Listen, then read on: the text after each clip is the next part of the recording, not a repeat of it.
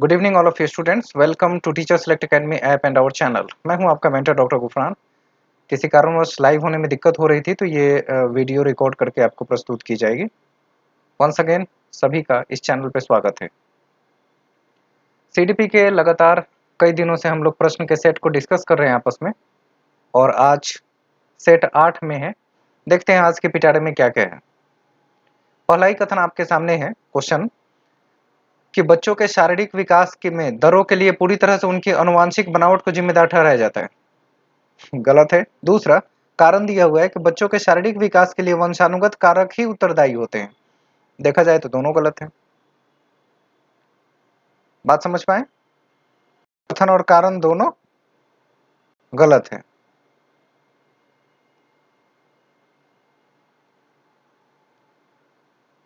कथन और कारण दोनों गलत है तो इसके लिए उत्तर क्या होना चाहिए? ए और आर दोनों गलत है। चौथा, पहले का चौथा उत्तर बिल्कुल सही है।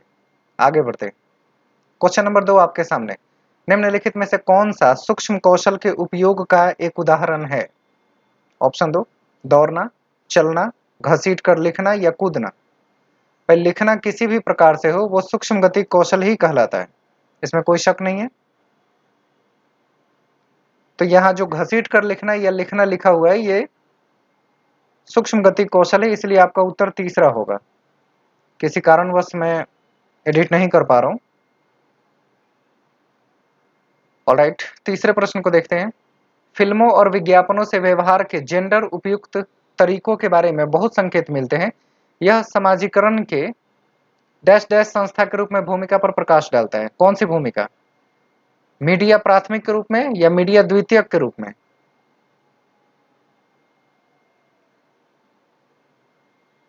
आप समझ गए होंगे उत्तर क्या है। उत्तर सही है दूसरा, मीडिया द्वितीय एजेंसी के रूप में समाजीकरण पे प्रभाव डाल रही है। कई बार ये सब चीजें पढ़ा और देखा है आपने ऐसे प्रश्नों को, कोई नई चीज नहीं है आपके सामने।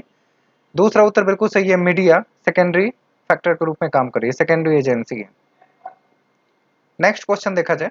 क्वेश्चन नंबर 4 में फिल्मों और विज्ञापनों से व्यवहार के जेंडर उपयुक्त तरीकों, सेम क्वेश्चन है, वही मीडिया और द्वितीयक। मुझे लगता है ये प्रश्न 2 बार आ गया, but nothing to worry about, वही सेकंड ऑप्शन फिर से करेक्ट करेंगे।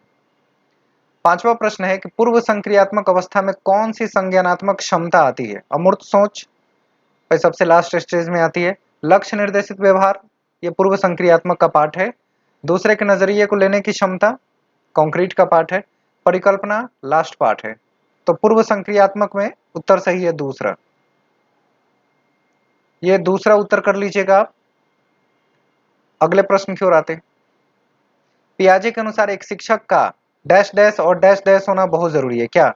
गतिशील और लचीला, संरचित अनम्य, सहानुभूतिपूर्ण और पारदर्शी, या यांत्रिक और व्यवहारवादी?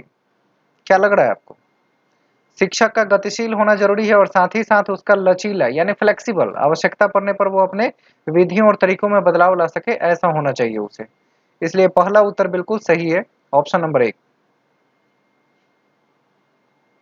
वेल, सातवां प्रश्न, लेव वाइगोट्स्की के विचार में कौन सी बात सही है? संज्ञान भाषा से स्वतंत्र होती है, या संज्ञानात्मक विकास भाषा के विकास को निर्देशित करती है, या भाषा संज्ञानात्मक विकास को सुगम बनाती है, या संज्ञानात्मक विकास भाषा के विकास से संबंधित नहीं है?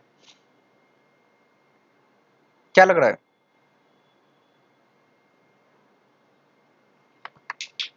क्या सही लग रहा है? बच्चों में पहले भाषा तब विचार, यही वाइगोट्स्की का मानना था ना। तो भाषा संज्ञानात्मक विकास को सुगम बनाती है, यानी बच्चे पहले भाषा सीखते हैं तब उनमें विचार आता है, यानी संज्ञान करने की क्षमता आती है। इसलिए तीसरा उत्तर बहुत सही है। बहुत से लोग इसमें कंफ्यूज हुए हैं, पिछली बार जब ये प्रश्न आया था इसकी बारीकियों को लोग समझ नहीं पाते। वाइगोट्स्की ने बताया कि पहले बच्चों में भाषा का विकास होता है तब विचार आता है, और विचार का मतलब संज्ञानात्मक क्षमता, सोचने और समझने की क्षमता। तो बच्चों में पहले भाषा और तब संज्ञान आए, तो समझिए वाइगोट्स्की का कथन है। इसलिए तीसरा उत्तर बिल्कुल सही है। ऑलराइट, लेव वाइगोट्स्की के अनुसार निम्नलिखित में से कौन से कारक बच्चों के संज्ञानात्मक विकास को सुगम बनाते हैं, यानी आसान बनाते हैं? सांस्कृतिक उपकरण सही है, सामाजिक संपर्क भी सही है, संतुलन सही है, पुरस्कार की बात ये नहीं करते, मतलब इसमें करेक्ट उत्तर है 1 और 2, सामाजिक संपर्क और सांस्कृतिक उपकरण। 1 और 2 यहाँ तीसरे नंबर ऑप्शन में है। संतुलन या इक्विलिब्रेशन की बात पियाजे करते हैं, तो वो उत्तर में भी नहीं ला सकते हम लोग। इसके लिए 8 का तीसरा ऑप्शन बिल्कुल सही है, 1 और 2। चूंकि वाइगोट्स्की के सिद्धांत का नाम ही है सामाजिक सांस्कृतिक सिद्धांत, तो ऊपर संस्कृति, दूसरे में सामाजिक, दोनों बातें। बहुत ही आसान प्रश्न था ये, तीसरा ऑप्शन करेक्ट है। 9 नंबर प्रश्न है, एक बाल केंद्रित कक्षा में अधिगम कैसी होनी चाहिए? उद्दीपन प्रतिक्रिया संघों के युग्म द्वारा होना चाहिए, पुरस्कार और दंड पर निर्भर होना चाहिए, या शिक्षक और छात्रों द्वारा सह निर्मित होना चाहिए? इसमें तीन ही ऑप्शन दिख रहा है मुझे, और तीसरा ऑप्शन ही करेक्ट है कि शिक्षक और छात्र जब एक साथ मिलकर किसी काम को करें तो वो बाल केंद्रित शिक्षा के अधिगम में शामिल हो जाती है। 9 का तीसरा ऑप्शन करेक्ट है। Good to go. Question number 10, Lawrence Kohlberg के नैतिक विकास के सिद्धांत के किस चरण में बच्चे दूसरों के इरादों की उपेक्षा करता है, यानी बदनामी करता है, और इसके बजाय अधिकार और नकारात्मक परिणामों के डर पर ध्यान केंद्रित करता है? सजा और आज्ञाकारिता, अच्छा लड़का अच्छा लड़की, कानून और व्यवस्था, या सामाजिक अनुबंधन?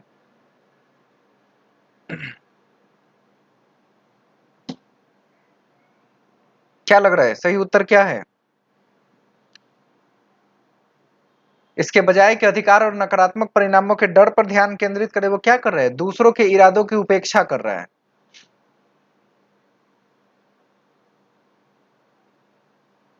इसके लिए सही उत्तर क्या होना चाहिए? कानून और व्यवस्था अभिविन्यास। वो चीजों को नहीं मानता, जो सोसाइटी ने नियम कानून बनाए हैं उसको वो नहीं मानता। नकारात्मक परिणामों के डर पर ध्यान केंद्रित करता है। 10 का तीसरा ऑप्शन बिल्कुल सही उत्तर है। Once again, it's a question that are you a CTT student? It does not matter you are from where. Start preparing from home. You will get live classes, study material, test series and many other things to make you help in your examination. Next question को देखा जाए। Harvard gardener के सिद्धांत में सोच को व्यक्त करने के लिए धारा प्रवाह और लचीले ढंग से भाषा का उपयोग करने की क्षमता बुद्धि की विशेषता है। सोच को व्यक्त करने के लिए धारा प्रवाह और लचीले ढंग से भाषा का प्रयोग कर रहा है, तो वो भाषाई बुद्धि ही हो सकती है और कुछ नहीं हो सकता। बच्चों में भाषाई बुद्धि रहे तो वो धारा प्रवाह और लचीला दोनों चीजों को अप्लाई करता है, यानी इसके लिए पहला ऑप्शन बिल्कुल करेक्ट है, भाषाई बुद्धि के बारे में बात हो रही है। नेक्स्ट क्वेश्चन देखते हैं। निम्नलिखित में से कौन सी रणनीति कक्षा में व्यक्तिगत मतभेदों को पूरा करने के लिए प्रभावी नहीं है? अपने मौखिक और गैर मौखिक संचार पर विचार करना, या मतभेदों को पहचाने और सम्मान करे, विविध शैक्षिक मतभेदों का प्रयोग करे, या छात्रों में कमियों को पहचाने और उसे ठीक करे? व्यक्तिगत मतभेदों को पूरा करने के लिए कौन सा प्रभावी नहीं है?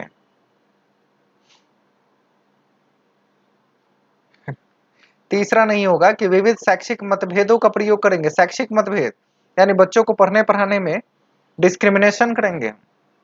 तीसरा उत्तर कभी भी सही नहीं होगा, हमें गलत ही चूज करना था। 12 का तीसरा उत्तर आप चूज करेंगे। नेक्स्ट क्वेश्चन नंबर 13, 4 साल के राहुल को एक गुड़िया उपहार में मिलने पर वह बोला कि मैं इसका क्या करूंगा? लड़के गुड़ियों से नहीं खेलते, यह क्या दर्शाता है?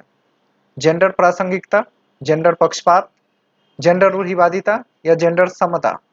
भाई रूढ़िवादी ख्याल है, लड़की ही डॉल से खेलेगी ऐसी सोच विकसित कर लेना रूढ़िवादिता को दर्शाता है, एक पुरानी सोच को दर्शाता है। खिलौने की चीज है, खेलने की, कोई भी खेल सकता है किसी भी खिलौने से। 13 का तीसरा उत्तर करेंगे जेंडर स्टीरियोटाइप थॉट, तीसरा। क्वेश्चन नंबर 14, सीखने के आकलन के बजाय सीखने के लिए आकलन सुनिश्चित करने के लिए शिक्षक को क्या करना चाहिए? केवल संज्ञानात्मक क्षमता पर ध्यान केंद्रित करेंगे? गलत। शिक्षण अधिगम की दैनिक प्रक्रिया में आकलन को भी शामिल करेंगे? सही है। सीधे निर्देश की विधि अपना लेंगे? बिल्कुल नहीं। प्रतिस्पर्धा की भावना को बढ़ावा देंगे? नहीं। असेसमेंट भी हमारी टीचिंग का ही एक पार्ट है, उसे अलग ना देखा जाए, ना समझा जाए। शिक्षण अधिगम की दैनिक प्रक्रिया में अगर आकलन को भी शामिल कर रहे हैं तो आपका काम आसान हो जाएगा, क्योंकि सीखने के लिए आकलन यानी फॉर्मेटिव असेसमेंट इसी बात को सूचित करती है।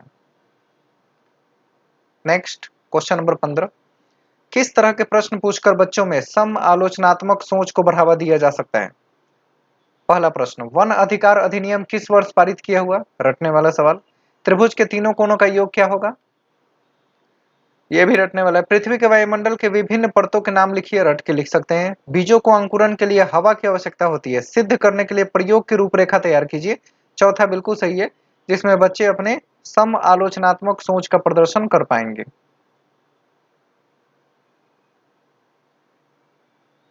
बच्चे सम आलोचनात्मक सोच को प्रदर्शित कर पाएंगे, इसके लिए चौथा ऑप्शन बिल्कुल सही है। क्वेश्चन नंबर 16, समावेशी शिक्षा के लिए क्या जरूरी है? लचीला शिक्षा शास्त्र, अगम्य इमारत, अनम्य मानसिकता और मानकीकृत पाठ्यक्रम। आपको पता ही है कि शिक्षा शास्त्र का लचीला होना ही समावेशी की पहचान है। हर चीज फ्लेक्सिबल हो और चाइल्ड सेंटर्ड हो। समावेशी शिक्षा का अर्थ ही होता है कोई बच्चा शिक्षा से छूटना नहीं चाहिए। नेक्स्ट है क्वेश्चन नंबर 17, निम्नलिखित में से कौन सी दिव्यांगता सामाजिक संचरण में चुनौतियों का कारण बनती है? आत्मकेंद्रिता या स्वलीनता, पठन वैफल्य, गुणज वैफल्य और गतिमान दिव्यांगता। सामाजिक संचार में चुनौतियों का कारण कौन बन जाती है? सामाजिक संचार यानी लोगों के साथ ज्यादा बातचीत नहीं करना या घुलना, ये आत्मकेंद्रिता की पहचान है। जब बच्चे ईगो सेंट्रिक होते हैं वो सोसाइटी से कनेक्ट नहीं होते, पियाजे ने बताया था। 17 का पहला उत्तर बिल्कुल सही है, सामाजिक संचार में चुनौतियों का सामना करते हैं। नेक्स्ट क्वेश्चन नंबर 18, निम्नलिखित में से कौन सा सुविधाहीन और वंचित समूहों के शिक्षार्थियों को शामिल करने में मदद करती है? विविधता को महत्व देना, गैर प्रासंगिक पाठ्यक्रम, या प्रमुख समूह की ओर केंद्रित होना, या मानकीकृत परीक्षण। भाई सही सी बात है, वंचित समूहों को अगर आप लेके आ रहे हैं यानी आपको विविधता को स्वीकार करना पड़ेगा। जो बच्चों के अंदर उनके बीच में विविधता पाई जाती है, उनकी जो डाइवर्सिटी है उसे समझना पड़ेगा आपको। यानी 18 का पहला उत्तर बिल्कुल सही है कि वंचित समूहों के लिए जरूरी है कि पहले हम विविधता को समझ सके। नेक्स्ट क्वेश्चन है, सामग्री को कई तरीकों से प्रस्तुतिकरण करने के प्रावधान में निम्नलिखित में से किसके समावेशन में मदद मिलेगी? ऑप्शन 1, श्रवण बाधित।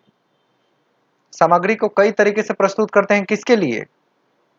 दृष्टिबाधित के लिए, श्रवण बाधित के लिए, या अधिगम कठिनाई महसूस करने वाले, या गतिमान दिव्यांगता वाले। कई तरीके से प्रस्तुत इसलिए करते हैं ताकि सबका समावेशन हो सके, न सिर्फ श्रवण, न सिर्फ दृष्टि वाले, बल्कि अधिगम कठिनाई अनुभव करने वाले कोई भी बच्चा शामिल हो सकता है। इसलिए आपका तीसरा उत्तर होना चाहिए। स्पेसिफिक कोई प्रॉब्लम नहीं पूछी जा रही है, समावेशन मतलब सब आने चाहिए। तो अधिगम कठिनाई करने वाला कोई भी बच्चा हो, वो चाहे श्रवण बाधित हो, दृष्टि बाधित हो, कोई भी हो, उसे शामिल करना हमारा मकसद होना चाहिए और उसी के लिए हम अलग अलग तरीके से प्रस्तुतिकरण देते हैं। 19 का तीसरा ऑप्शन करेक्ट है। अब देखिए, मुझे लग रहा था कि एक ही ऑप्शन है, बेहतर था। अब यहां देखा जाए तो सबके लिए जरूरी है। 1 2 3 4 सब सही है। अगर वो ऑप्शन नहीं होता चारों का तो सबसे बेस्ट था, अधिगम कठिनाई महसूस करने वाला कोई भी बालक हो सकता है। श्रवण बाधित, दृष्टि बाधित, अब इन सबको भी शामिल करना पड़ेगा। चौथा उत्तर आप सही चूज कर सकते हैं। क्वेश्चन नंबर 20, निम्नलिखित में से कौन सा विकल्प दी गई दिव्यांगता और संबंधित छात्रों के समावेशन हेतु यथोचित संयोजन रणनीति का सही युग्म है? गुणज वैफल्य कैलकुलेटर के प्रावधान से, पठन वैफल्य लंबे लंबे लिखित कार्य से। बिल्कुल नहीं। कौन सा सही है बताना है। श्रवण दोष ऑडियो टेप देकर कर सकते हैं, दृश्य हानि हो तो चित्रों वाली पुस्तकें।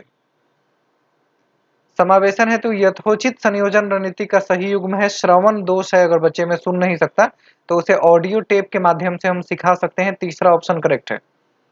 बाकी सारे युग्म अटर पटर टाइप के हैं। अटर पटर समझ रहे हैं ना, कुछ का कुछ, मतलब कुछ भी होता ना, ऐसे बोलते हैं कुछ भी, वही समझिए। बाकी के 3 ऑप्शन है। तीसरा सही है, श्रवण दोष है, ऑडियो टेप देंगे बच्चे को।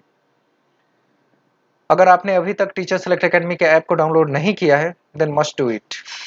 Live class, precise study material, test series, video class और वीडियो कॉल डाउट सेशन भी आपको अवेलेबल होंगे। आप अगर मेरे गाइडेंस में पढ़ना चाहते हैं देन मस्ट ज्वाइन अस। घबराइए मत, हमारे यहाँ रिजल्ट सुनिश्चित ही हो जाता है, इसलिए आप बेफिक्र होकर ज्वाइन कर सकते हैं। अगर आपको किसी भी तरह के सीटेट को लेकर कोई समस्या है, प्रिपरेशन में किसी तरह की कोई उलझन आ रही है, आप दिए गए नंबर पे व्हाट्सअप कर सकते हैं और आप ये जान सकते हैं कि जिस तरह की प्रॉब्लम है आपका उसका सोल्यूशन हमारे पास किस तरीके से है। हमारे पास हर तरह के कोर्सेस अवेलेबल है। आपको टीचर बनना है, then you must think teacher select academy. Alright, आज के लिए बस इतना ही। Thank you so much to join us. Good night all of you. Bye bye, see you again.